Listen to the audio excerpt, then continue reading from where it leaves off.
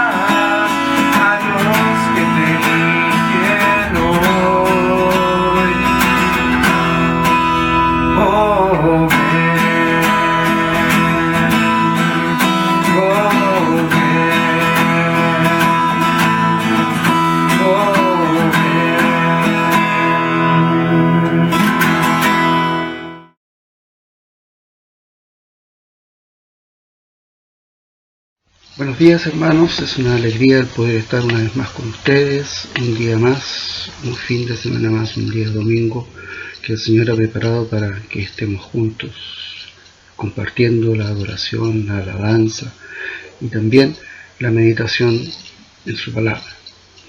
Quiero invitarles a que podamos tener un momento de oración para que el Señor guíe lo que compartamos en esta mañana. Padre, te damos gracias por el privilegio de tener tu palabra con nosotros y por tener al Espíritu Santo, que es aquel que nos guía y nos enseña todas las cosas. Rogamos, oh Dios, que tu Espíritu nos vaya enseñando y nos vaya dirigiendo, Señor, para que el propósito que tú tienes con tu palabra en esta mañana pueda cumplirse en cada una de nuestras vidas. Rogamos tu dirección, rogamos tu bendición, rogamos que tú, por medio de tu Espíritu Santo, hagas la obra perfecta que quieres hacer en cada uno de nosotros. En el nombre de Jesús te lo rogamos. Amén. Continuando con la serie que estamos siguiendo de los mandatos de Jesús a sus discípulos, quiero invitarles a que puedan abrir sus Biblias, sus Nuevos Testamentos, en el Evangelio de Lucas, en el capítulo 10, y vamos a leer los 4 primeros versículos. Lucas 10, del 1 al 4. Y dice: después de esto, el Señor escogió a otros 72 para enviarlos de 2 en 2 delante de Él a todo pueblo y lugar a donde Él pensaba ir. Es abundante la cosecha, les dijo, pero son pocos los obreros. Pídanle, por tanto, al Señor de la cosecha que mande obreros a su campo. Vayan ustedes, miren que los envío como corderos en medio de lobos. No lleven monedero, ni bolsa, ni sandalias, ni se detengan a saludar a nadie por el camino. Como un antecedente previo, podemos decir que en el capítulo anterior, en el capítulo 9, los primeros versículos, Jesús había enviado previamente a los 12. Sus 12 discípulos los había enviado, y dice que los envió, en el versículo 2 del capítulo 9, a predicar el reino de Dios y a sanar a los enfermos. Los 12 discípulos hicieron este trabajo, volvieron con un informe muy positivo, gozosos por lo que había ocurrido. Otro antecedente es que a Jesús no solo lo siguieron los 12 discípulos, sino que había una cantidad constante de personas que estaba siguiendo a Jesús y que estaba compartiendo el ministerio de Jesús. Además de los 12, había muchas otras personas que dejaron también sus hogares, que dejaron sus vidas para seguir a este Maestro, a este Mesías, para poder aprender de él, para poder seguirlo. Muchos quizá con la esperanza de que este sí es el Rey que nosotros estamos esperando y vamos a estar ahí junto a él cuando él toma el poder.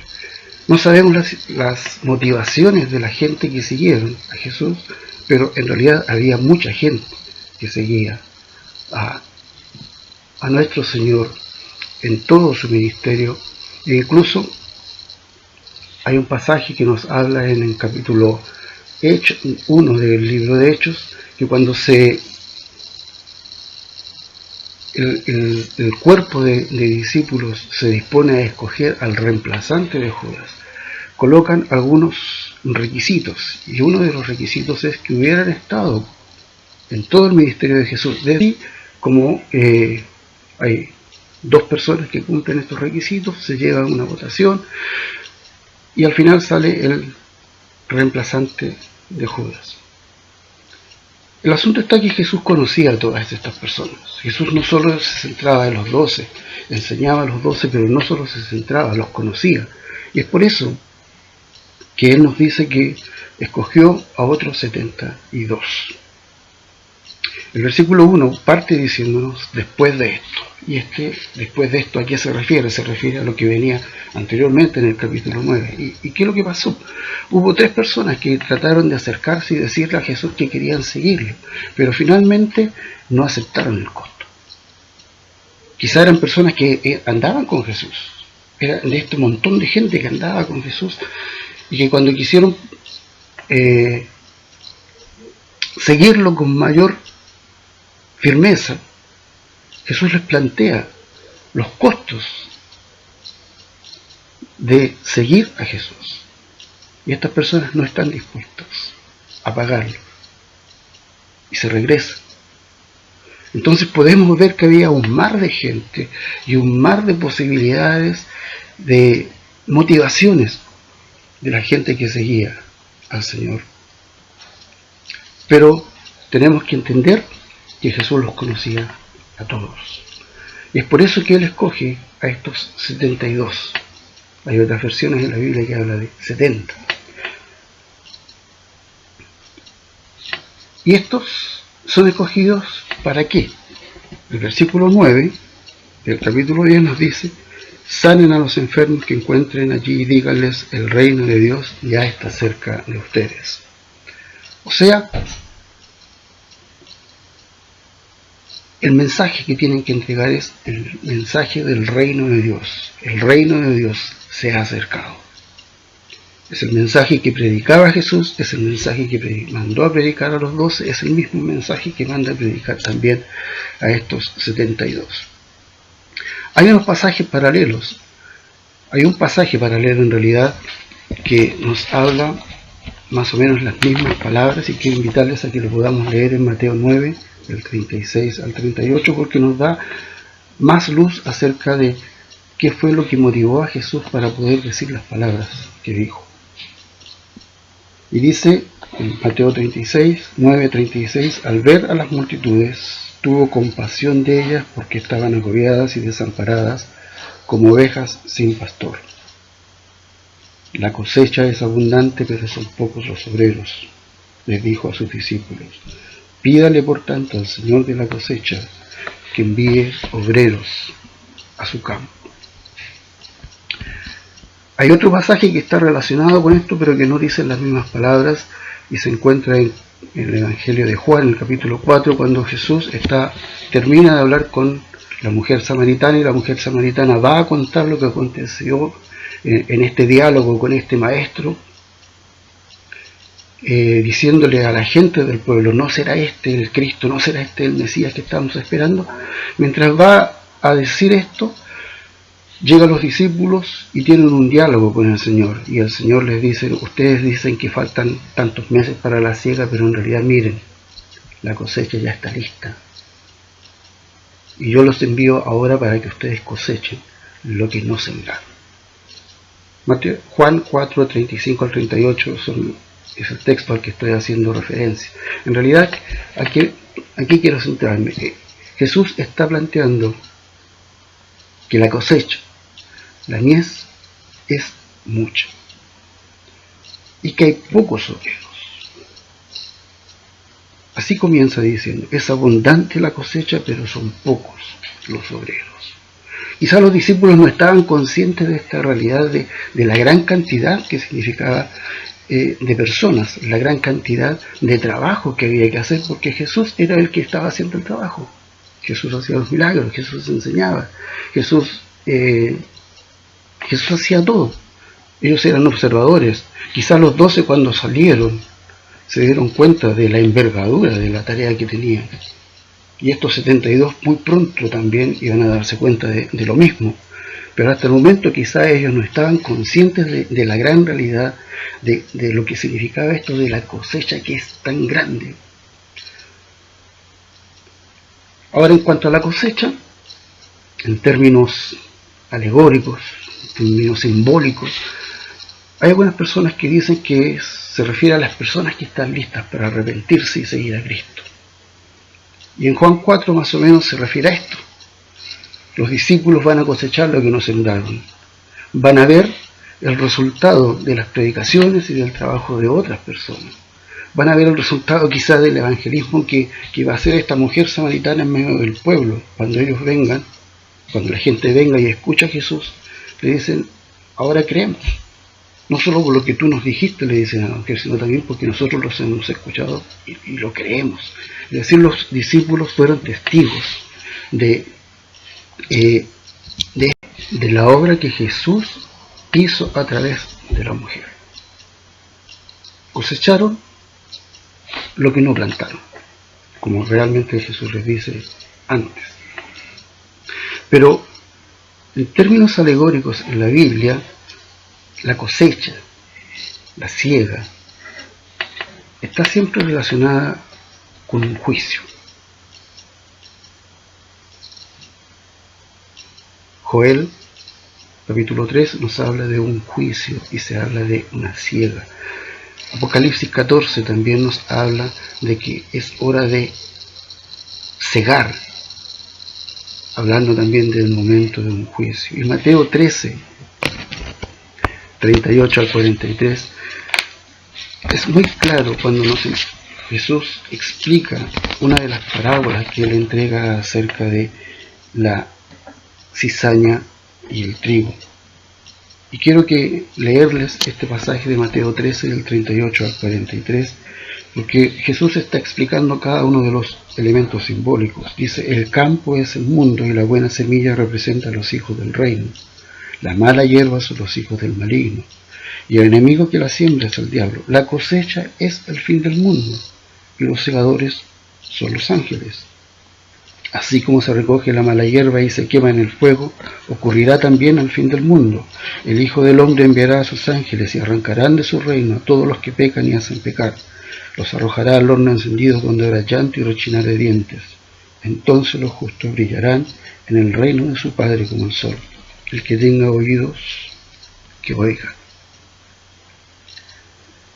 Si miramos en la perspectiva de la cosecha como un elemento de juicio, como un momento en que el mundo será juzgado, tenemos que entender de que esta es algo que realmente oprime el corazón del Señor. Y es por eso que dice que es, en el pasaje de Mateo, dice que es la compasión al ver la realidad de la gente que mueve a Jesús a dar a este mandato.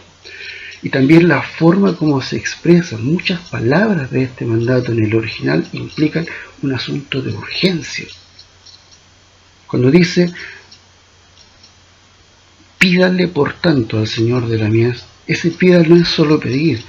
En el original habla de rogar, de una petición ferviente.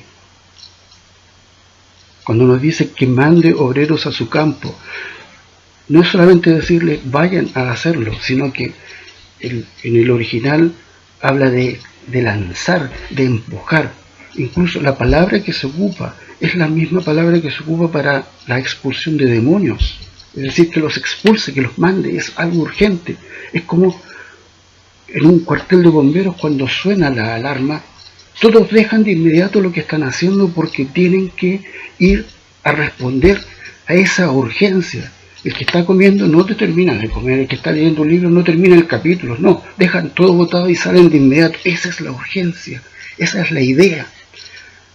Se necesitan obreros, dice el Señor, se necesitan personas que compartan el Evangelio, se necesitan personas que vayan y rescaten por medio del Evangelio a aquellos que están perdidos antes que llegue la siega. Son demasiados los que se van a perder, son demasiados los que van a ser juzgados. Se necesita gente que llame al arrepentimiento y a creer en Jesús como Señor y Salvador. La siega ya viene, la siega es una tarea que va a venir.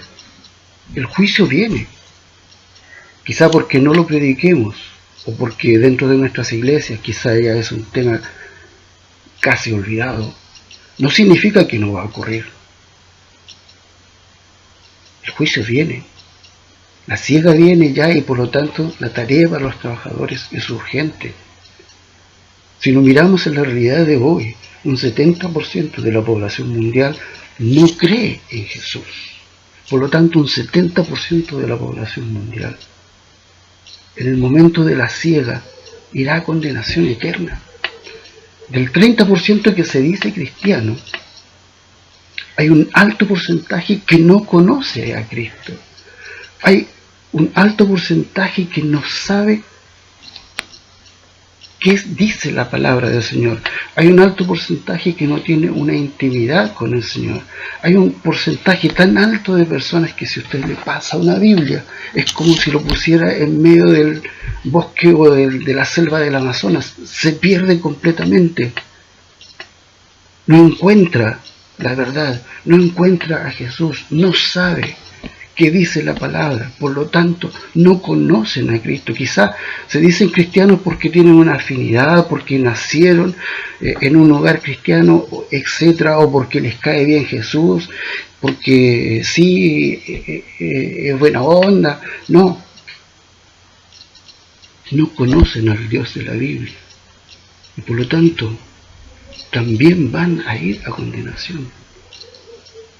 Porque no han reconocido a Jesús como Señor y Salvador de las vidas. No han reconocido la obra de Cristo por ellos.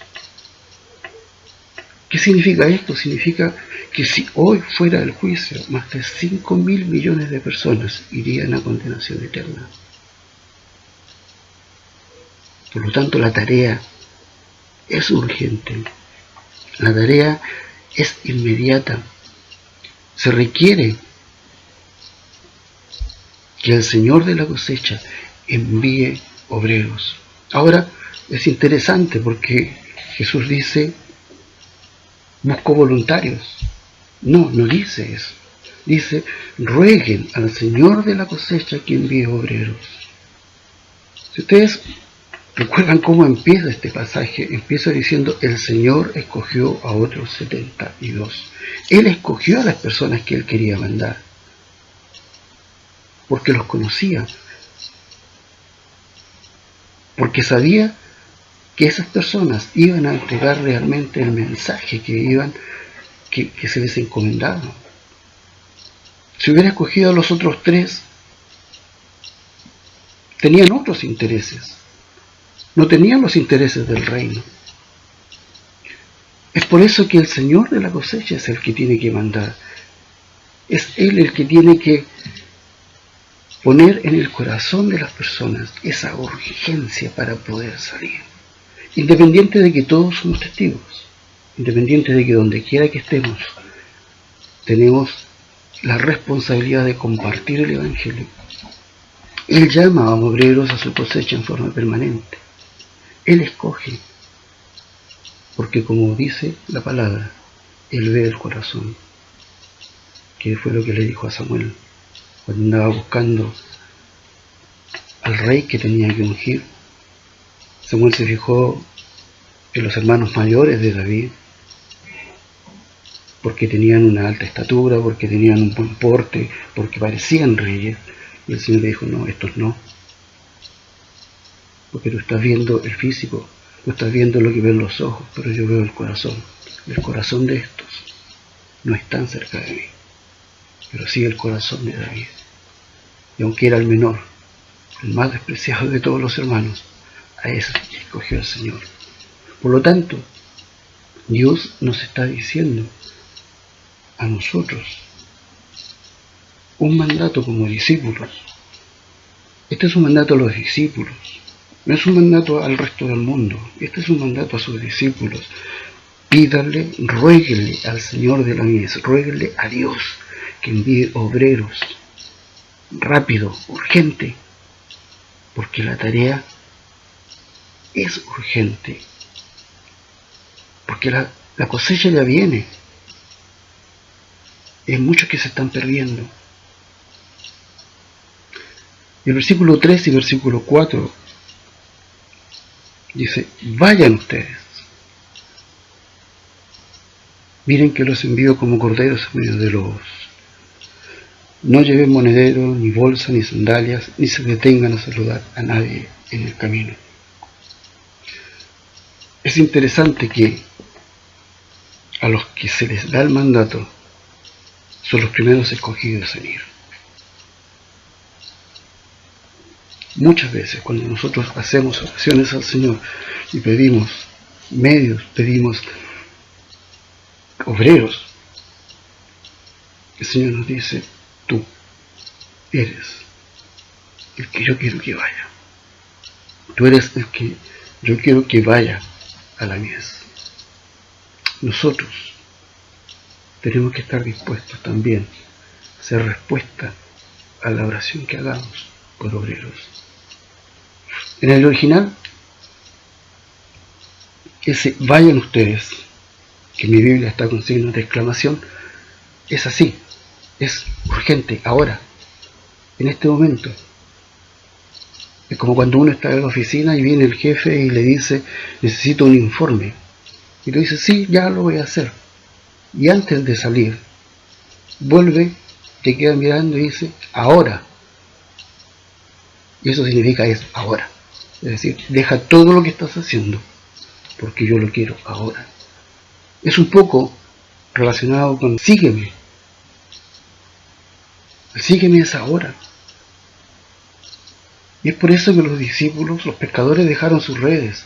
Es por eso que Mateo dejó todo su dinero y todo lo que tenía. Porque era ahora, en ese momento.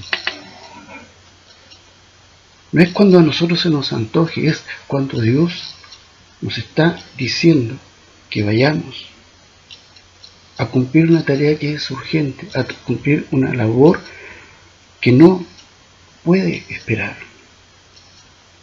Y es tan urgente que a nosotros quizás nos llama la atención el versículo 4 que dice, ni se detengan a saludar a nadie por el camino. Aquí nos está diciendo el Señor de que seamos faltos de respeto, que no nos preocupemos del resto de la gente, sino que hay que entender que en el saludo, en el Medio Oriente, tiene sus formas y rituales que alargan y alargan y alargan una conversación y que muchas veces puede significar que la persona hasta tenga que quedarse en la casa de que lo saluda. El sentido de hospitalidad en el Medio Oriente es tan grande que si vas caminando y saludas, no tienes que saludar solamente, decir buenos días y pasar, sino que quedarte, conversar un tiempo, posiblemente te van a invitar a un café, si es hora de almuerzo quizás te van a invitar a almorzar, y al final de cuentas, ¿qué vas a hacer? Te vas a distraer del cumplimiento de tu misión. Y es tan urgente la tarea que Jesús les dice, no se detengan a saludar a nadie, no pierdan el tiempo, vayan a la ciudad en que les encomiendo y hagan lo que yo les digo que hagan. Y las instrucciones que da el Señor después a sus discípulos de qué es lo que deben hacer, cómo deben vivir, qué deben decir, qué deben hacer, dónde deben quedarse, todo aquello muestra que Dios está preocupado de que su mensaje pueda ser entregado con rapidez a la mayor cantidad de gente posible, para que puedan escuchar que la esperanza de que el reino de Dios se ha acercado ya está en medio de nosotros. Ahora, hermanos, este mandato para nosotros en la actualidad sigue siendo tan urgente como lo fue en el tiempo de Jesús. Ya les decía, hay un alto porcentaje de gente en el mundo que no reconoce a Jesús como Señor. Quizá ahora no les va a interesar, pero el día del juicio, allí realmente van a entender de las oportunidades que se perdieron. Pero hay muchos que no han tenido oportunidades de poder escuchar el Evangelio. Nosotros necesitamos hacer conciencia de la realidad de la condenación en la que se encuentra el mundo y por medio de nuestro testimonio compartir el Evangelio para salvación. Nosotros tenemos que tener conciencia, hermanos, de lo que significa vivir en el pecado, la realidad de condenación que nos rodea, para poder realmente valorar la riqueza de que vivimos nosotros en el reino de Dios y que Dios quiere que muchos más puedan vivir esa realidad. Por lo tanto, oremos que el Señor envíe obreros, oremos que abra nuestros corazones también, si es que Él nos está escogiendo a nosotros para hacer esos obreros que Él quiere enviar. Es abundante la cosecha, son pocos los obreros. Pídale por tanto al Señor de la cosecha que mande obreros a su campo. Oremos. Padre, te damos gracias porque tú estás preocupado de la realidad que muchas veces nosotros no entendemos y de la cual no somos conscientes. Un mundo que se pierde. En esta hora, Señor, queremos, conforme a tu palabra, rogarte, Padre, que envíes obreros, que envíes personas, que envíes hijos tuyos, a poder, Señor, compartir tu palabra, a poder compartir el Evangelio de libertad, el Evangelio de salvación, el Evangelio que Cristo Jesús vino a traernos. Señor, abre nuestros corazones también para escucharte, si deseas que nosotros seamos esos obreros, si deseas, Señor, que nosotros seamos medios por los cuales, Señor, tú puedas obrar para bendición y para salvación de muchos otros. Ayúdanos, Señor, en todo lo que nosotros podamos hacer para la extensión de tu reino. En el nombre de Jesús te lo pedimos. Amén.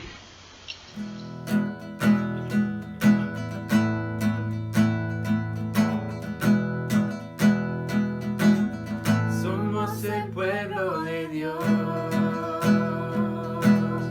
somos un pueblo especial, llamados para anunciar las virtudes de aquel que nos llamó a su luz. Somos el pueblo de Dios.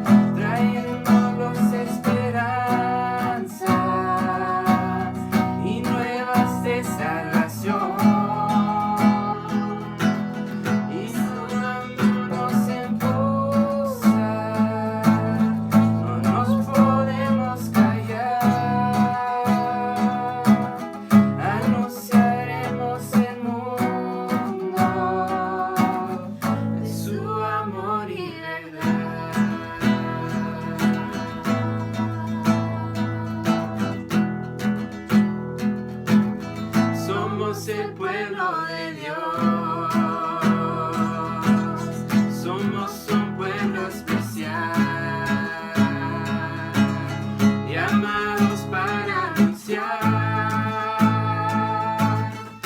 las virtudes de aquel que nos llamó a su luz. Somos el pueblo de Dios. Sangre nos redimió y su Espíritu dio para darnos poder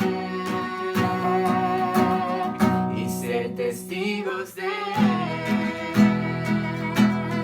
y llevaremos su gloria a cada pueblo y nación.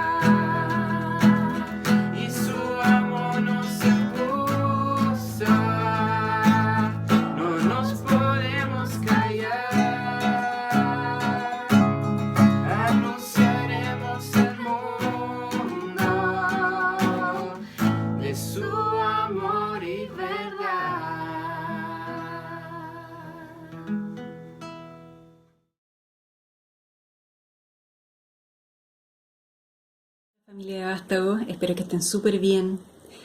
Yo creo que el Señor los está bendiciendo con su presencia en sus vidas.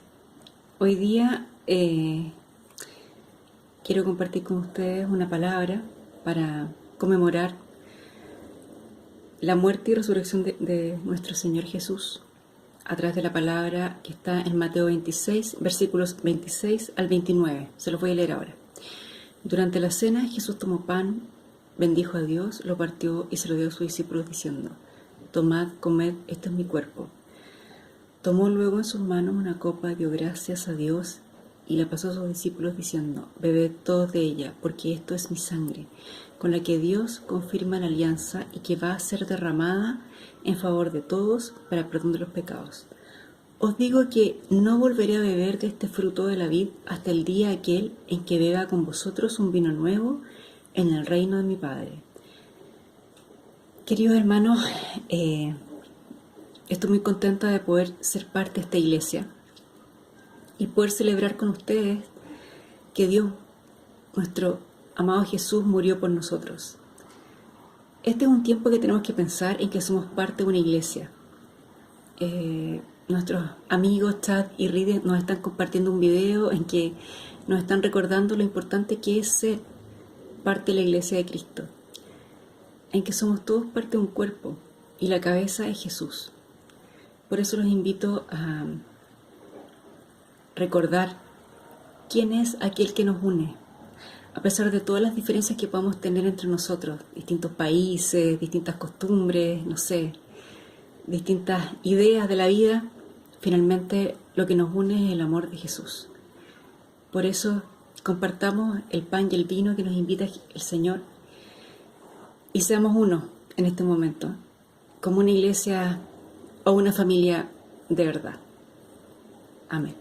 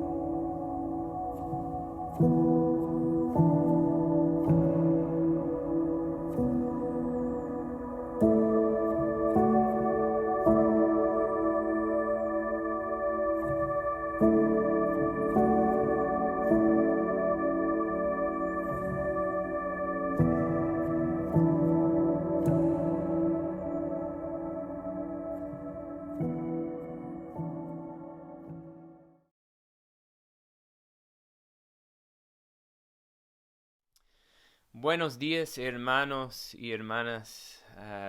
Ahora vamos a entrar el momento de la ofrenda. Y durante ese tiempo hoy día, más que todo, quería agradecer a la iglesia por el compromiso que hemos visto durante ese tiempo de la pandemia. Hemos visto que la ofrenda que ha sido como muy fiel durante ese tiempo muy difícil.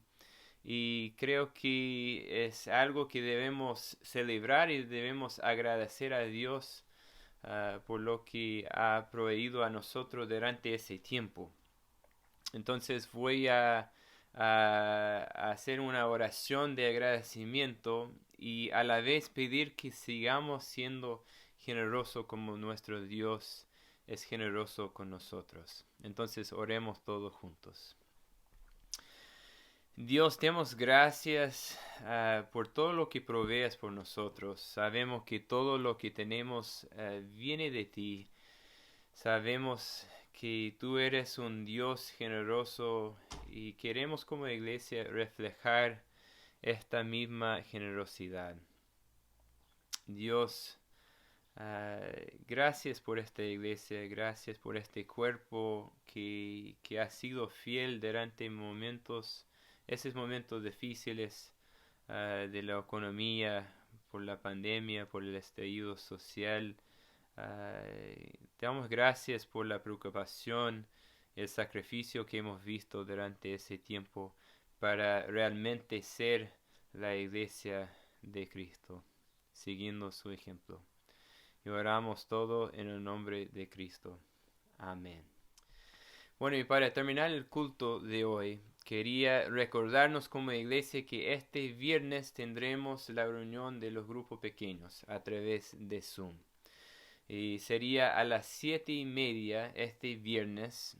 Y es un tiempo lindo para animarnos al uno a otro, para vernos cara a cara a través del computador, el celular, y para profundizarnos en el tema que el Alan nos entregó hoy día. Y para terminar, quería leer una bendición que viene de la carta de Hebreos, capítulo 13. Entonces voy a leer versículo 20 a 21. Y dice: Y ahora que el Dios de paz, quien levantó de entre los muertos a nuestro Señor Jesús, el gran pastor de las ovejas, y que ratificó un pacto eterno con su sangre, los capacite con todo lo que necesitan, para hacer su voluntad, que Él produzca en ustedes, mediante el poder de Jesucristo, todo lo bueno que a Él le agrada. A Él sea toda la gloria por siempre y para siempre. Amén. Eso es mi oración para nosotros como iglesia esta semana. Porque yo creo que como el Alan nos entregó hoy día el mensaje del mandato de Jesús de orar por más obradores de la cosecha, yo creo que muchas veces es fácil como perder el enfoque de que cada uno de nosotros somos parte del cuerpo de Cristo y cada uno de nosotros somos obradores en su obra. Y mi oración es que el Señor nos capacite a cada uno de nosotros para trabajar en su reino, porque dice, la cosecha es grande, pero los obradores son pocos.